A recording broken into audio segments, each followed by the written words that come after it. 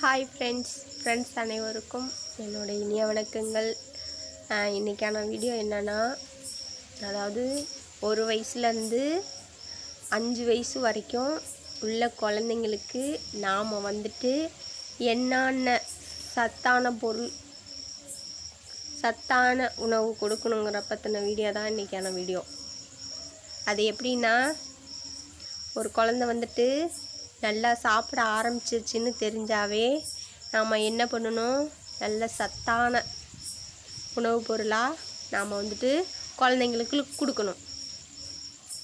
சத்தான பொருள்னால் என்னடா இவங்க ஒரு புதிர் போடுறாங்களேன்னு யாரும் நினைக்கக்கூடாது. சத்தான பொருள்னு சொன்னால்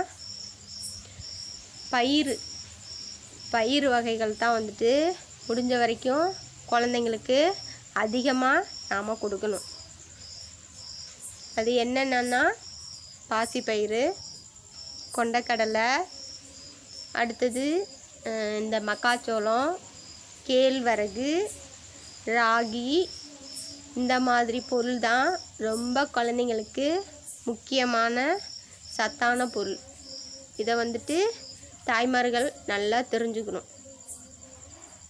என்னடா இவங்க திடீர்னு இந்த பயிரெல்லாம் கொடுக்க சொல்கிறாங்களே, இதெல்லாம் நம்ம குழந்தைங்களுக்கு நம்ம கொடுத்ததே இல்லை, இப்போ திடீர்னு இப்படி கொடுக்க சொல்கிறாங்களேன்னு யாரும் யோசிக்க வேணாம். அதை எப்படி கொடுக்கணுன்னு அந்த முறையும் நான் உங்களுக்கு சொல்கிறேன். அதை நல்லா தெரிஞ்சுக்கோங்க.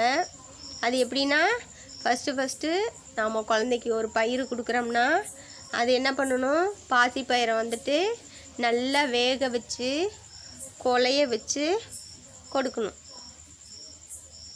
அதாவது எப்படின்னா, ஃபஸ்ட்டு டைம் கொடுக்குறப்ப கொஞ்சமாக கொடுக்கணும்.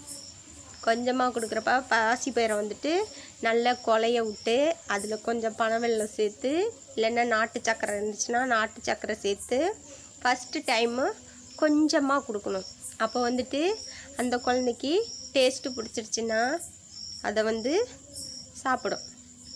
ஃபஸ்ட்டு டேஸ்ட்டு பிடிச்சிருச்சுனாவே ஆட்டோமேட்டிக்காக என்ன பண்ணும், எனக்கு இன்னும் வேணும் அப்படின்னு சொல்லிட்டு அதாவே தானாக வாயை கொண்டு காட்டும்.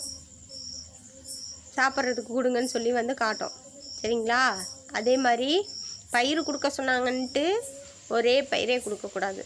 அடுத்தது என்ன பண்ணோம், கொண்டக்கடலை நல்லா ஊற வச்சுட்டு அதை நல்லா பஞ்சு மாதிரி வேக வச்சு என்ன பண்ணணும், ஃபஸ்ட்டு ஒரு கடலை 2 கடலை அப்படி என்ன பண்ணணும், தோலை ரிமூவ் பண்ணி தோலை நீக்கிட்டு கொடுக்கணும்.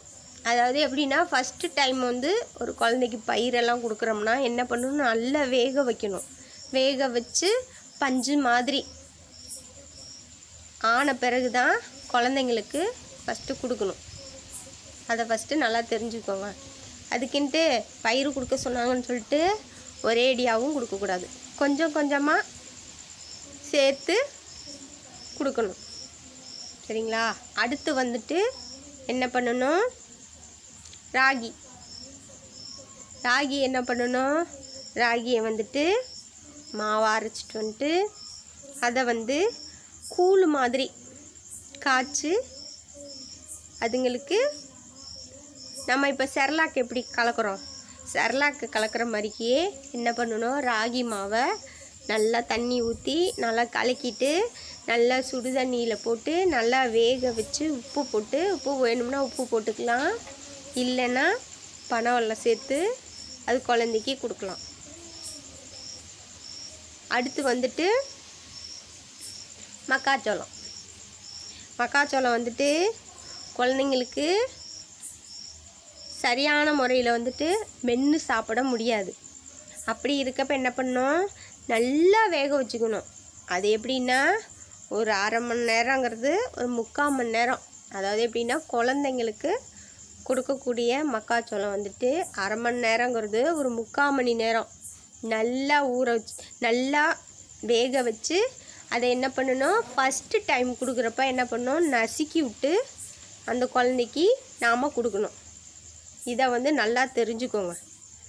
அதை விட்டுட்டு பயிறு கொடுக்க சொன்னாங்கன்னு சொல்லிவிட்டு அரைகுறையாக வேக வச்சு அதை கொடுத்தீங்கன்னா அதை வந்து அந்த குழந்தை சாப்பிட்டுட்டு சரியான முறையில் மென்று சாப்பிடாம அது முழுங்குச்சுன்னா பின்னாடி என்ன பண்ணும், அது உடம்புக்கு செட் ஆகாமல் வயிற்றால் வாந்தி வர்றதுக்கு நிறைய வாய்ப்பு இருக்குது.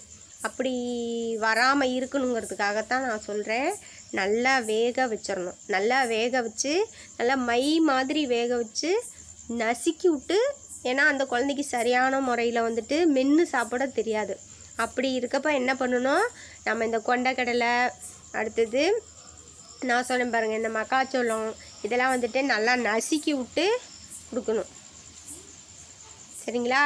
அடுத்து என்ன பண்ணணும், கோதுமை மாவு இருக்குது பாருங்கள். கோதுமை மாவில் அப்படி களி மாதிரி, அதாவது எப்படின்னா கோதுமை மாவு ராகி மாவு ரெண்டையும் ஒன்றா சேர்த்து தண்ணியில் நல்லா கலக்கிட்டு அதை வந்து அப்படியே கூழ் மாதிரி காய்ச்சணும்.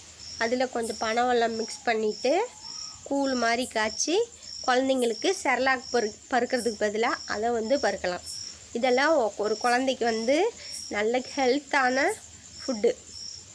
மெயினாக தாய்மார்கள் இதை தான் வந்து குழந்தைங்களுக்கு கொடுக்கணும். நிறைய பேர் என்ன பண்ணுறாங்க, 6 மாதத்துக்கு மேலே ஆச்சுனாவே சாப்பாடு கொடுக்கணுங்கிறதுக்காக என்ன பண்ணுறாங்க, கடையில் செர்லாக் விற்பாங்க. இந்த மாதத்துக்கு இத்தனை மாதத்துக்கு இந்த செர்லாக்கு அப்படின்னு சொல்லி கொடுக்குறாங்க. செர்லாக்லேயே என்ன இருக்குது, இந்த பொருள் தான் சேர்க்குறாங்க. வித்தியாசமாக எந்த பொருளும் ஒன்றும் சேர்க்கல. சரிங்களா? நான் சொன்ன மாதிரி இந்த பயிருங்களை தான் பொடி பண்ணி செர்லாக்னு சொல்லிவிட்டு அதில் கொஞ்சம் சர்க்கரை இல்லைன்னா நாட்டு வெல்லம் மிக்ஸ் பண்ணி அதை வந்து செர்லாக்காக நம்மளுக்கு கொடுக்குறாங்க. அதை வந்துட்டு நாம் என்ன பண்ணோம், நாம் வீட்டிலையே நல்ல சுத்தமான முறையில் வந்து தயாரித்து நம்ம குழந்தைங்களுக்கு நம்ம கொடுக்கலாம். இதாங்க குழந்தைக்கு மெயினான சத்தான உணவு. அதாவது எப்படின்னா பயிறு வகைகள் தான் அதிகமாக பயிறு கொடுக்கணும். நெக்ஸ்ட்டு வந்துட்டு நான் சொன்ன மாதிரி இந்த கீரை இருக்குது பாருங்கள். கீரையும் அதே மாதிரி தான் நான் சொன்னேன். கீரைங்களை வந்துட்டு அதாவது ஏதாவது தண்டு பாகம் வந்துட்டு அதிகமாக இருக்கிற கீரை, நான் சொன்னேன்ல தண்டுக்கீரை, முளைக்கீரை, சிறுகீரை, இதெல்லாம் வந்து தண்டு உள்ள கீரைங்க. அப்போ அதை என்ன பண்ணும், பொடியாக நறுக்கி நல்லா மை மாதிரி கொஞ்சமாக பருப்பு போட்டு நம்ம குழந்தைக்கு ஃபஸ்ட்டு பருப்பு கீரை சேர்க்குறோம்னா கொஞ்சம் பருப்பு போட்டு நல்லா மை மாதிரி வேக வச்சு அதை கடைஞ்சி விட்டு சாப்பாட்டில் மிக்ஸ் பண்ணி குழந்தைங்களுக்கு சேர்க்கணும். சரிங்களா? மெயினானது என்னான்னு வச்சா 1 வயசுலேருந்து 5 வயசு உள்ள குழந்தைங்களுக்கு மெயினான சத்தான பொருள்னு சொன்னால் நான் சொன்ன இந்த பயிருங்க, கீரைங்க, அடுத்தது வந்துட்டு கிழங்கு வகைகள். இதுவும் வந்து நாம் கொடுக்கலாம். அதாவது எப்படின்னா குச்சிவள்ளி கிழங்குன்னு சொல்கிறாங்க பாருங்கள். குச்சியிலேருந்து கீழே மண்ணிலேருந்து பிடிங்கி எடுக்கிறாங்களே, அந்த குச்சிவள்ளி கிழங்கு இருக்குது பாருங்கள், அதுவும் நாம் கொடுக்கலாம். அது எப்படின்னா குச்சிவள்ளி கிழங்கை நல்லா வேக வச்சு நல்லா மசிச்சு விட்டு அதுவும் குழந்தைக்கு கொடுக்கலாம். அடுத்து வந்துட்டு உருளைக்கிழங்கு இருக்குது பாருங்கள். உருளைக்கிழங்கையும் என்ன பண்ணுறான், மை மாதிரி வேக வச்சு நசுக்கி விட்டு அதில் கொஞ்சம் 2-3 பல் வேக வச்சிட்டதுக்கப்புறம் அந்த அந்த பூண்டு இருக்குது பாருங்கள். உருளைக்கிழங்குல 2-3 பல் பூண்டும் அதோட போட்டு வேக வச்சுட்டு என்ன பண்ணும், தண்ணியை வடிச்சிட்டு தோலை ரிமூவ் பண்ணிவிட்டு அந்த உருளைக்கிழங்கும் அந்த பூண்டும் மிக்ஸ் பண்ணி மை மாதிரி பண்ணிவிட்டு அதையும் வந்து குழந்தைங்களுக்கு கொடுக்கலாம். இதெல்லாம் சத்தான ஃபுட்டு. சரிங்களா? அதை விட்டுட்டு கடையில் அது விற்கிறாங்க, இது விற்கிறாங்க, டானிக் கொடுக்கலாம், அது கொடுக்கலாம், இது கொடுக்கலான்னு நீங்கள் எதுவும் கொடுக்க வேண்டாம். சரிங்களா? நான் சொன்ன குழந்தைங்களுக்கு மெயினான சத்தான பொருள்னு சொன்னால் இந்த பயிறு, கீரை, கிழங்கு வகை. அடுத்தது பழங்கள்லையும் அப்படி தான். நிறைய குழந்தைங்க வந்துட்டு என்ன பண்ணுவாங்க, சரியான முறையில் வந்துட்டு பழங்கள் எல்லாம் வந்துட்டு அவங்களுக்கு சாப்பிட தெரியாது. அப்படி இருக்கப்ப நாம் என்ன பண்ணணும், அந்த குழந்தைங்களுக்கு வந்துட்டு சத்தான முறையான பழங்களை வந்துட்டு நாம் குழந்தைங்களுக்கு கொடுக்கணும். அது எப்படின்னா இப்போ ஆப்பிள் இருக்கா, ஒரு சில குழந்தைங்களுக்கு அதை வந்து மென்று சாப்பிட தெரியாது. அப்படி இருக்கப்ப நாம் என்ன பண்ணோம், அதை வந்துட்டு மிக்சியில் போட்டு அடித்து ஜூஸ் மாதிரி கொடுக்கலாம். இல்லையா, ஆப்பிளை வேக வச்சு மசிச்சு விட்டு அதையும் கொடுக்கலாம். சரிங்களா? அடுத்து திராட்சை பழத்தை என்ன பண்ணும், சில குழந்தைங்களுக்கு அப்படியே இது பண்ணி சாப்பிட தெரியாது. அப்போ என்ன பண்ணும், அதில் இருக்க தோலை எடுத்துட்டு அதில் இருக்க கொட்டையும் எடுத்துட்டு அது உள்ளே இருக்க தசை பகுதியை மட்டும் நசுக்கி விட்டு குழந்தைங்களுக்கு கொடுக்கலாம். சரிங்களா? இதுதான் வந்து 1 வயசுலேருந்து 5 வயசு உள்ள குழந்தைங்களுக்கு நாம் கொடுக்கக்கூடிய சத்தான பொருள். இந்த பொருளை மட்டும் நீங்கள் மெயினாக குழந்தைங்களுக்கு கொடுத்தீங்கன்னா நம்ம ஆஸ்பத்திரி பக்கத்து போக தேவையே இல்லை. நம்ம குழந்தையும் வந்துட்டு நல்லா ஹெல்த்தாக ஆரோக்கியமாக இருக்கும். அதனால் நிறைய பெற்றோர்களுக்கு வந்துட்டு இந்த மாதிரி விஷயம் வந்து நிறைய பேருக்கு தெரியாமல் இருக்கும். அப்படி தெரியாமல் இருந்திருந்தால் என்னோடய வீடியோ பார்த்துட்டு உங்களுக்கு எல்லாருக்கும் குழந்தைங்க இருக்க வீட்டில் அனைவருக்கும் என்னோடய வீடியோ ஷேர் பண்ணுங்கள். அடுத்து மெயினாக லைக் பண்ணுங்கள்.